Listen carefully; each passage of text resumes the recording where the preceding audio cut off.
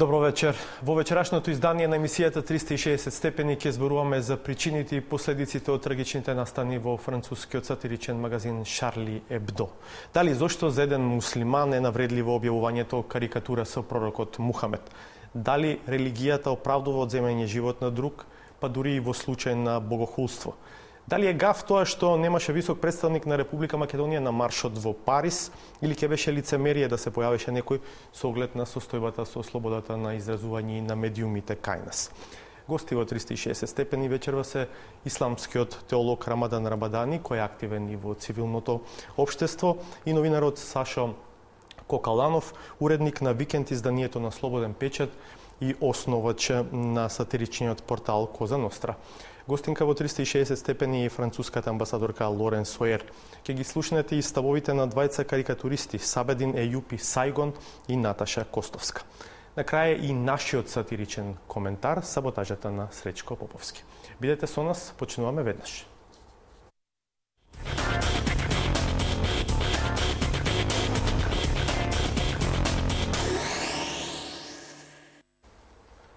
За последните случувања во Франција со француската амбасадорка во Македонија Лорен Соер разговараше Владимир Мирчевски. Колку терористичкиот бран во Франција и жртвите што ги остави зад себе представуваат директен удар врз европските цивилизацијски и демократски вредности извојувани токму во француската револуција од 1889. Vous avez raison d'indiquer que c'est un principe universel. Mais tout d'abord, il faut comprendre que pour la France, c'est la principale attaque terroriste que mon pays a subie depuis 1945. Nous n'avons jamais eu une attaque pareille. Le fait que ça se soit centré et que les victimes soient des journalistes est 2 fois plus choquant. En effet, sur le long terme, nous conduit à réfléchir à comment garantir la liberté d'expression. Je ne pense pas aujourd'hui que la liberté d'expression est en danger en France. Je crois au contraire que la France est debout. Quels que soient les motifs, quels que soient les... Nous ne retenons qu'une chose dans notre pays, nous sommes sous le choc, mais nous sommes tous debout. Словенечкиот филозоф Славој Жижек по настаните во Шарли Ебдо праша што станува со основните вредности на либерализмот, слобода и еднаквост, велики дека самиот либерализам не е доволно силен за да ги заштити од фундаментализмот. Дали навистина треба дополнителна помош за одржување на овие вредности? Alors, ces événements, en effet, nous refont poser la question des fondements de la République française. Vous savez, ce n'étaient pas des terroristes qui venaient de l'étranger. C'était pas, bien sûr, c'est lié à des mouvements internationaux, mais c'est des jeunes hommes de chez nous, connus. Et de plus, l'attaque contre le journal Charlie Hebdo était quelque chose qui était malheureusement prévu et inquiétait déjà depuis longtemps la police, puisque le rédacteur en chef était protégé. Donc oui, cela pose les questions du fondement de la République française, liberté, égalité, fraternité, aujourd'hui plutôt dans un élan pour les réaffirmer et pour réaffirmer aussi cette question de façon universelle. Le mouvement de solidarité, je ne dis pas aujourd'hui que c'est quelque chose qui va durer, parce que sur le long terme, la société française doit réfléchir sur les banlieues, sur les causes, sur pourquoi un journal peut être attaqué, pour quel motif, comment l'éducation a failli, comment les professeurs qui ont eu ces 3 élèves entre leurs mains, ils étaient tous les 3 jeunes, n'ont pas réussi à leur transmettre nos valeurs que nous partageons. Donc vous avez raison, ce sont des vraies questions qui se posent. J'ajouterais une dernière. Vous parlez du libéralisme et en effet, il y a aujourd'hui une dimension nouvelle qui est portée par les réseaux sociaux et qui est portée par le fait que tout le monde sait ce qu'il se passe aujourd'hui sur le plan international. Tout le monde peut prendre fait et cause individuellement sur Facebook, sur d'autres moyens de communication. Et c'est aussi quelque chose qui doit nous interroger. Comment la France avec son engagement international fort, répété, en Syrie, en Libye, au Mali, contre des mouvements qui se revendiquent d'une religion, qui ne sont pas la vraie religion. Comment la France peut faire face à ce type de mouvement isolé, terroriste, qui va attaquer jusqu'à la rédaction d'un journal. Светот се обедини за маршот во Париз. Имате ли коментар за отсуството на представник од Република Македонија? Alors, immédiatement, mercredi 7 janvier, les réactions des autorités politiques, des autorités religieuses et des autorités de tous les membres de la société civile, en particulier les représentants des associations de journalistes, ont été immenses. La solidarité vis-à-vis de la France immédiate, les messages unanimes. Les messages aujourd'hui, le livre de condoléances est encore ouvert à l'ambassade de France, n'arrêtent pas. Nous avons des centaines de manifestations à la fois de solidarité, d'intérêt. Alors, je parle de solidarité parce que solidarité, c'était ça que nous attendions. En France, il y a eu 40 chefs d'État et de gouvernement, ceux qui ont souhaité venir. Et je ne peux pas dire qu'en République de Macédoine, nous n'ayons pas été soutenus. Le soutien a été immense. Je suis très touchée. Je dois remercier, en particulier sur Internet, toutes les personnes qui nous ont écrit. Je dois aussi dire que les messages dans leur contenu sont exceptionnels. Regardez Monseigneur Stéphane, qui rend hommage et qui dit que la religion ne peut pas être utilisée pour des motifs de haine. Regardez le chef de la communauté islamique, Suleyman Recepi. Tout le monde a eu le même message. La haine ne peut pas être la réponse à quoi que ce soit. La haine ne doit pas répondre à la haine. Le terrorisme doit être condamné. Nous devons unir nos forces et être solidaires de la France. Donc je dirais moi plutôt merci. Ова беше француската амбасадорка Лорен Соер. Во студиото на 360 степени најавивме вечервас е Рамадан Рамадани, исламски теолог, активен во граѓанското општество. Добро вечер, добре дојдовте. И новинарот Сашо Кокаланов, уредник на викенд изданието на дневниот вестник Слободен печат и основач на сатиричниот портал Коза Ностра. И за вас добро вечер и добре дојдовте. Кокаланов, со вас ќе почнам онаму каде што запре разговорот на Мирчевски со амбасадорката ОЕР. Дали е гаф тоа што немаше висок представник на Република Македонија на маршот во Париз, на кој што излегоа мноштво граѓани, но и повеќе од 40 високи представници на држави од светот, или навистина ќе беше лицемерие? Читаме такви коментари со оглед на тоа што знаеме каква е состојбата со слободата на изразување и слободата на медиумите кај нас.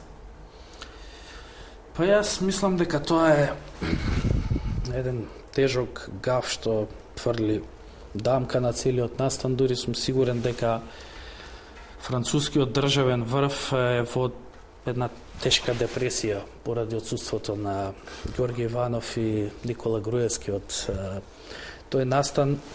Предпоставам дека голем дел од тие 40 државници што ги спомнавте сте исто така разочарани што нема прилика да го запознаат во живо Ѓорѓе Иванов или пак Никола Груевски, но во секој случај мислам дека на прашањето може да се одговори дека па да, тоа е како да ви кажам, мислам дека дивното отсуство помина незабележано дури и кај нас, веројатно и нивното присуство ќе поминеше незабележано на самиот настан, затоа што мислам дека светската јавност се преокупира со прашањето за слободата на медиуми и воопшто за слободата на изразување во момент кога се случи инцидент и тоа крвав, таа слобода да биде загрозена, додека кај нас состојбата на загрозување на таа слобода е секојдневие, така што прашањето што јас би си го поставил е дали доколку отидоа нашиот државен врв на настанот и кога ќе се вратеа овде ќе имаше некаква разлика по прашањето на слобода на медиуми. Мислам, не од тој аспект за мене е неважно дали тие беа или не беа тамо. Се разбира, погледнато со очите на, да речеме, на амбасадорката на Франција, веројатно не е sejedno што никој од Македонија не беше тамо, но е погледнато низ призмата, да речеме, на македонската јавност, тоа може да се толкува како гаф, бидејќи тамо беа повеќето од светските државници. За мене клучно е дали е по еден ваков настан, кога целиот свет се бави со таа тема, нешто, барем милиметар, се променило во свеста кај нашата власт, кај нашите политички елити во поглед на слободата на медиумите, или фактот што тоа се случило во Париз, а не се случило во Скопје,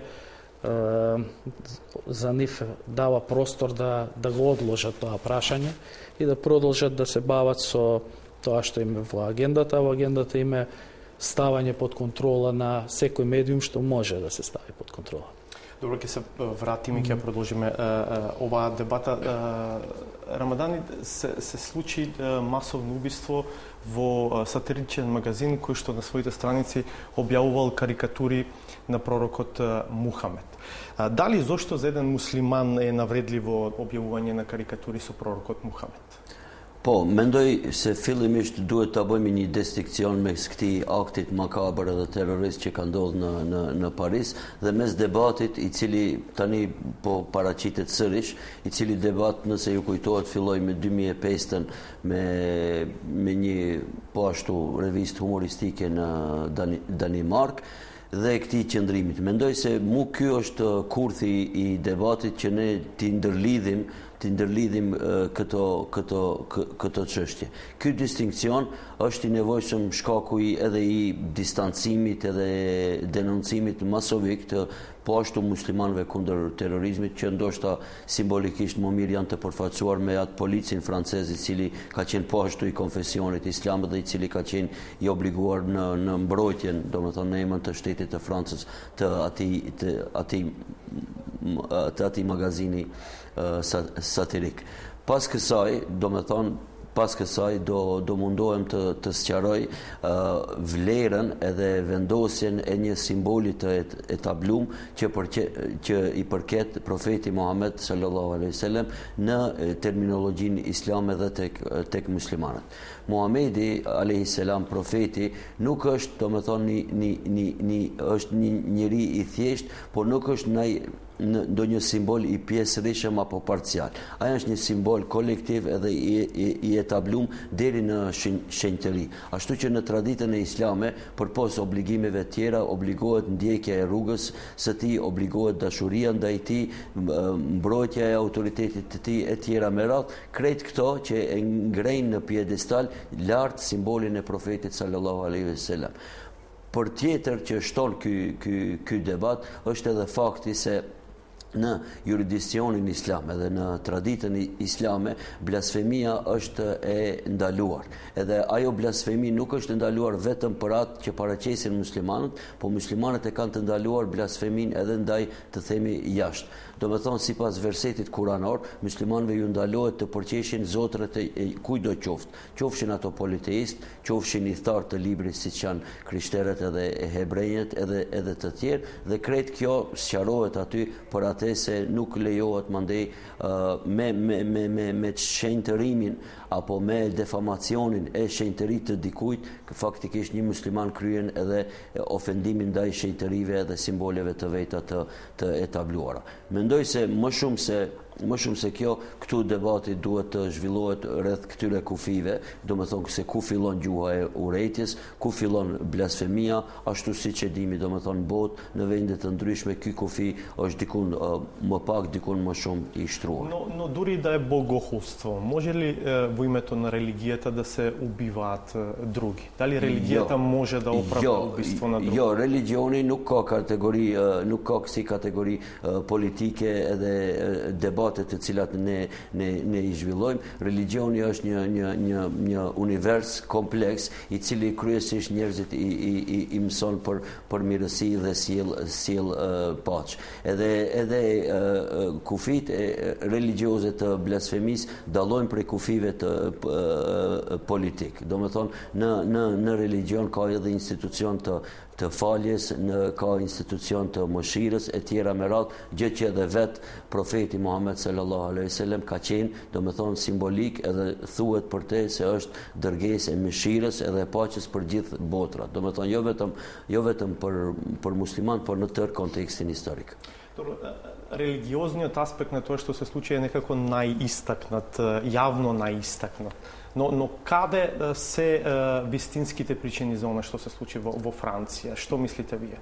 Jo, mendoj se kjo është mu kurthi i terrorizmit që thirret në religion, që tani ne të shohim aspektin religios. Unë mendoj se më së paku ka të bëjë aty me fetë dhe me qëndrimin e musliman aty. Do me thonë, ajo është kurthi i terroristëve që dëshirojnë të legjitimohen nëpërmjet një ofendimi të muslimanëve. Fundja në atë revistë satirike në të cilën janë përqesh shumë simbole të etabluara, duke nis nga profeti Muhammed sallallahu alaihi wasallam e deri tek papa e tjera me radhë, ne nuk mund të dim, do me thonë se cili është ajo arsyeja kryesore, por do me thonë këtu debati dhe kurthi i debatit bëhet natë. Kjo ka të bëje më shumë me atë, siç e përmendi edhe ekselencia e saj ambasadoresha, aty edhe nuk është ndaj sulm prej jashtë, janë qytetarët francezë, edhe agresorët, edhe viktimat. Janë qytetarët francezë, ata të cilët e kanë mbrojtur, e njëri prej tyre rastisht ka qenë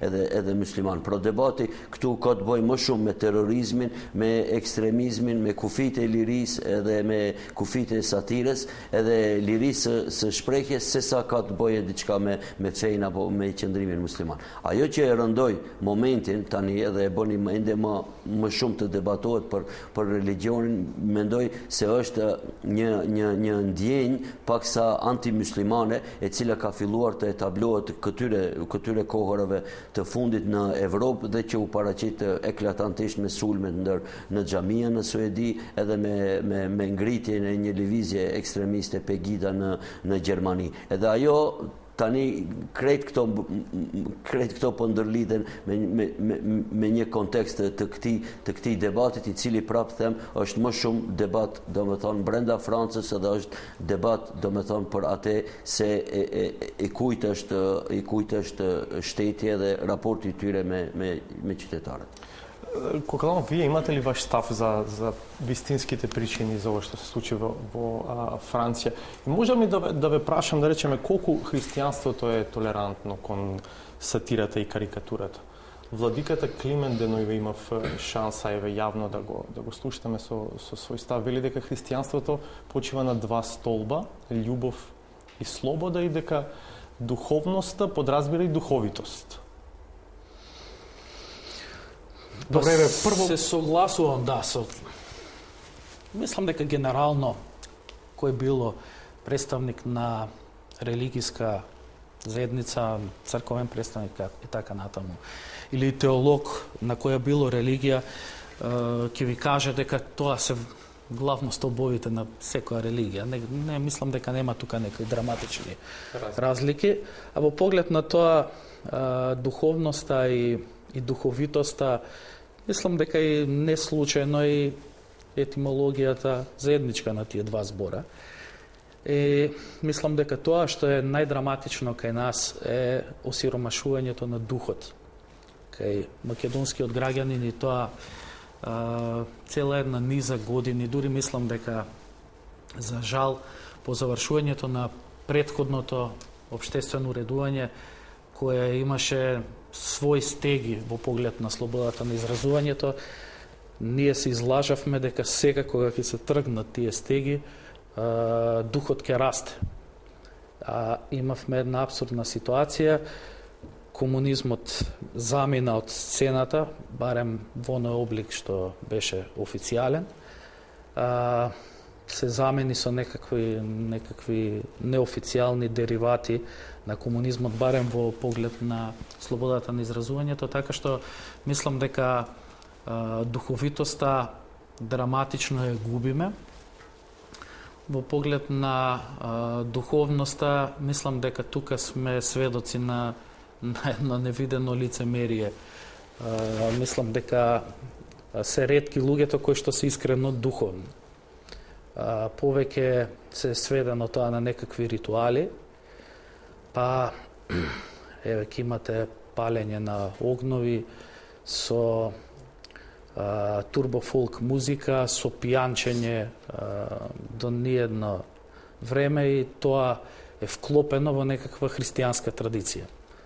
Во поглед на толеранцијата на христијанството, не мора да се враќаме до крстоносните збори, војни, па да зборуваме за тоа, иако може и така да го поставиме. За жал, религиите долго време историски се злоупотребени од моќта, најчесто од политичката моќ. Ништо не е различно од денес. На некој микроплан имавте демолирањето на општина Центар поради некаква шпекулација дека ќе се урива црквата на улица Македонија. Така што толеранцијата е генерално на многу ниско ниво во Македонија, без да се дават некакви религиски епитети, едноставно. Луѓето на повик во име на што било, дали е тоа религија или е некаква друга квази идеја, се подготвени да извршат злосторство. Ако можеби не до тој степен злосторство како во Шарли што се случи, меѓутоа не гледам зошто, да речеме, дивењето на навивачите, некогаш дури и на меѓурелигиска, не би можело да се смета за исто толку опасно, ако знаеме дека пред неколку години едно момче беше тешко повредено од навивачка група, затоа што е од различна етничка, верска, не знам каква припадност. Некогаш не е воопшто ни битна припадноста.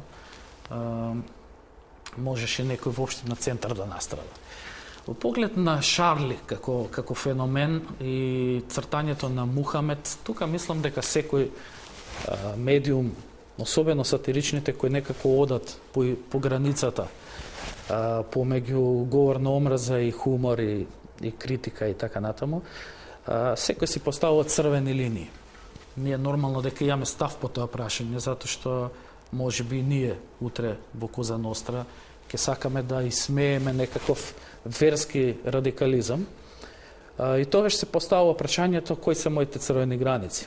Во Коза Ностра во ниеден случај не би го нацртале пророкот Мухамед, затоа што едноставно сметаме дека прво човек треба да е послободен во критикување на сопственото отколку на туѓото. Второ, не гледам зошто треба некој да се чувствува навреден. Има милион начини јас тоа да го нацртам во карикатура и да се свати. Но еве да ја исклучиме религијата.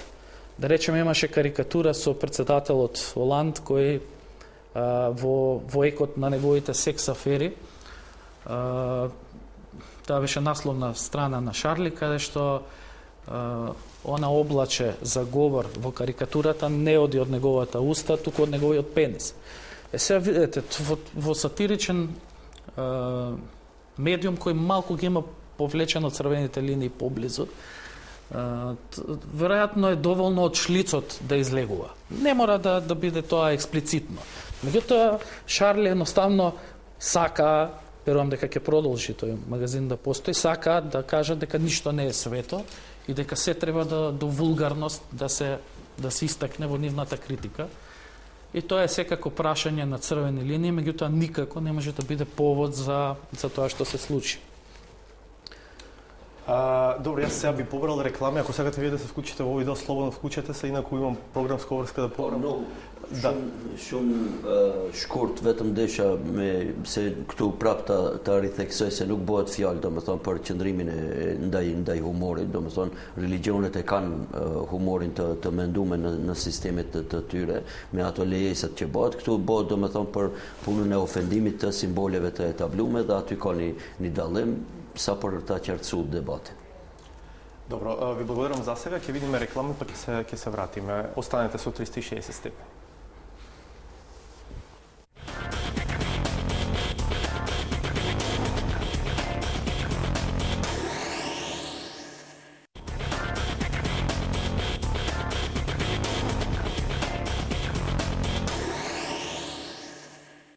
По рекламите се враќаме со вториот дел од емисијата 360 степени. Тема за вечерва се последните масовни убиства во Франција. Пред да го продолжиме разговорот со гостите Рамадан Рамадани и Сашо Кокаланов, да ги слушаме ставовите на двајца карикатуристи од Македонија, Сабедин Ејупи Сајгон и Наташа Костовска. Со нив разговараше Адриан Керими.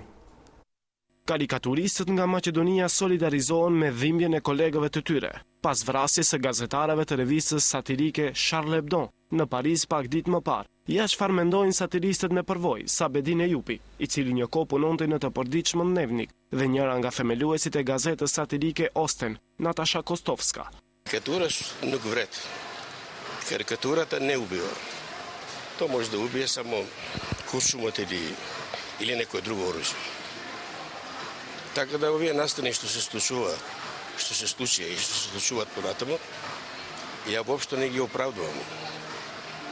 Не сме да дојде до овакви трагедии кои што идат човечки суштества. Не може некој човек, јас сум за таа теорија, нели човек да му пресуди на човек. Поред мене, воопшто како автор, како карикатурист, како човек кој инволвиран во хуморот и сатирата, сметам дека ова е еден грозоморен чин и дека карикатурата во никој случај не може да биде повод за една ваква агресија, за едно вакво злосторничко убивање. Креативниот дух, сатирата, хуморот, критичкиот однос према она што е неправилно, не може да се убие никако со куршум. Reagimet pas ngjarjeve në Paris në përgjithësi u pranuan si sulm ndaj shprehjes së lirë. Bashkëbiseduesit thanë se vrasja e mendimit dhe e shprehjes së lirë është më e rëndë se vrasja fizike. I pyetëm bashkëbiseduesit tanë, a jeton satira në Maqedoni? Може би ќе звучи малку грубо, но мислам дека хуморот и сатирата во Македонија конкретно, ако зборуваме за нашата средина, дека се буквално на маргините на општеството. Сега мислам дека нешто ќе се разбуди тука и дека карикатуристите ќе стапат некако на сцена. Ако воопшто еден мал број карикатуристи преживеале во знак на наводници, значи кај нас немаме ние далеко од тоа дека имаме случај на такво насилничко и груб атак врз хуморот и сатирата. Меѓутоа, јас мислам дека многу пострашно од физичката елиминација е немањето, односно убивањето на критичката мисла. Така дека нас може да се каже дека се почетоците. Тек тук се јавуваат некои па зачутуваат, затоа што кај нас има маце по други услови за работа, за живење и така натаму. Јас морам да кажам дека немало, јас многу се плашив од тие работи.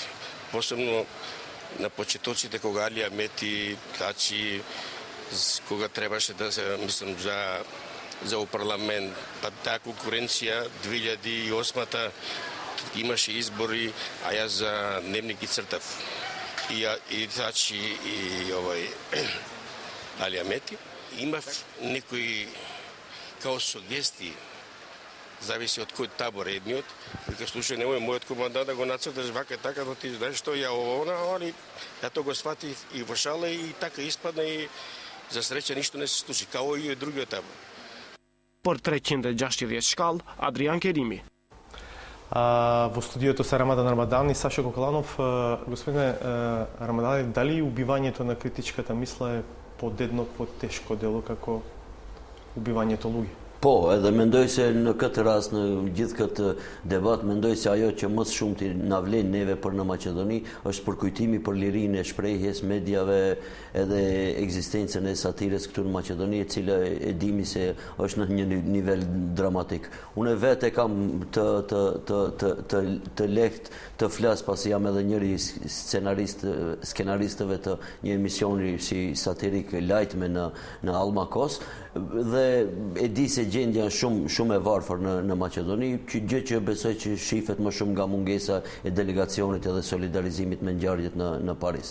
Aspekti i dytë që mund na vleje neve si Maqedoni është edhe është përkujtimi i Evropës, po edhe i gjithë botës me eksperiencat tona autoktone të bashkëjetesës të muslimanëve dhe krishterëve para se gjithashtu këtu në Maqedoni. Këtu as krishterët as muslimanët nuk janë emigrant, domethënë janë autoktone dhe kanë përvojat e veta autoktone, të cilat besoj në këtë rast do i kishin shërbyer shumë Evropës që t'i kuptoje. Kjo pasi neve në Ballkan nuk na kuvendon asnjë futje e botës në istikame, pasi ne jemi pak si nalt edhe dalim me njëherë në shesh, andaj ne jemi ata të cilët besoj duhet t'i qetësojmë situatat.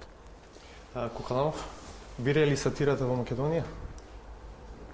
Не, сатирата е сега оставена на некои ентузијастички обиди. Лајтме е еден од тие. Ова што ќе го гледаме по емисијата е исто еден од тие. Коза Ностри уште неколку сајтови кои се бават само со паравестија. Паравестите се еден мал дел од сатирата тие. Дури не се ни најзначајниот. Тоа се, да речем, ако има некакви зависници од сатира од оние стари времења кога се гледа Монти Пајтон скечевите, се читаше Алан Форд, па сега има некако метадонска терапија. Ние неколку ентузијасти што се бавиме со сатира, имаме за нив малку сатира за да и утре кога ќе се прави некаква слика за македонската медиумска слика, да се каже дека постои некаква сатира. Инаку убивањето на сатирата и на критичката мисла во Македонија се случува во континуитет, сега ги доживува најдраматичните моменти. Нас не ни требаат репортери без граници за да ни кажат дека сме на најлошо дередже откако сме во тие листи, така што мислам дека сме ние цело време сега тука зборуваме за одговорноста на власта, да речеме, во однос на меѓутоа и секој граѓанин, секој поединец, а особено да речеме големите корпорации исто така имаат одговорност за да преживее сатирата, затоа што Шарли не живее од помош од државата. Државата едноставно го остава да работи, не го малтретира како овде нас што не малтретираат. Но тој живее од своите читатели кои го купуваат и одвојуваат секоја недела пари за да преживее сатирата и живее од рекламите на големите корпорации. Тргнувајќеве на малку пошироко да го гледаме во еден балкански контекст. Да, завршуваме. Умреа многу големи битни проекти. Да речеме еден Ферал Трибјун. Затоа што во хрватското бизнес заедница немаше слух да за толку години постоење ниту една реклама. Тука кај нас згасна проекти како К15, Остен, да речеме, кој е веројатно најблизу до тоа што е Шарли. Затоа сметам дека сите имаме одговорност, а дека нашата анемичност во поглед на бранењето на тие вредности, а сатирата е една од вредностите како совест на општеството, не смееме да ја препуштиме само на власта, затоа што бар оваа власт многу точно знаеме каков однос има и едва и чека да пропаднат и овие неколку проекти кои се уште живоркаат. Да. Добро, јас за крај ве поеден молив, вие да можете слободно да продолжите да ги правите сценариите за вашиот сатиричен филм на Алмакос, вие за да можете да продолжите со вашата Коза Ностра. А ова е за колегата Сречко Поповски, кој што на крајот на секој издание од 360 степени ја подготвува својата сатирична саботажа. Да го видиме и вечера.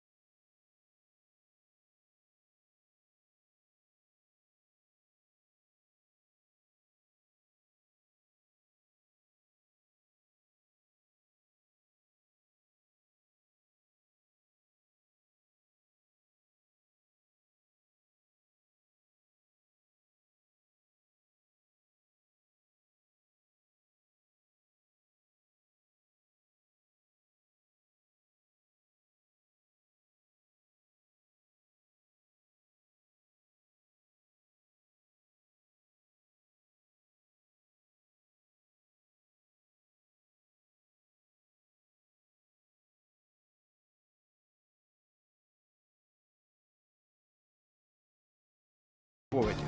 Тој би сакал да биде Бранко.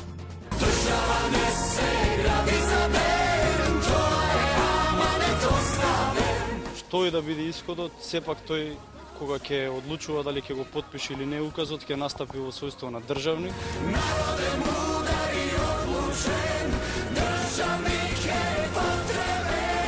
Во ваква ситуација, кога улогите се целосно измешани, разбирливо е што и не само бомбата, туку треба да се крие и новогодишната желба.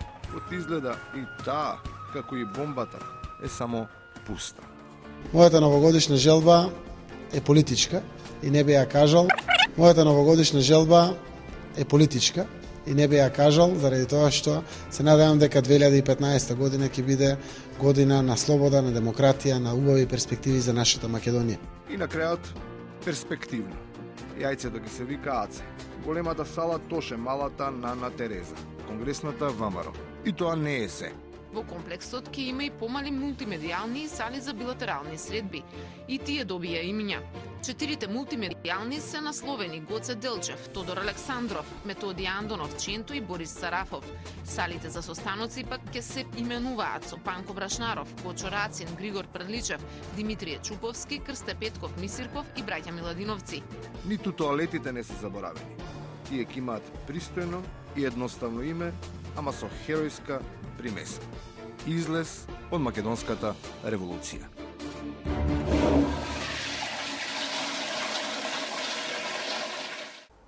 Ова беше се за вечерва. Заврши уште едно издание на 360 степени. Гледајте не повторно в петок од 22:30. Пријатно!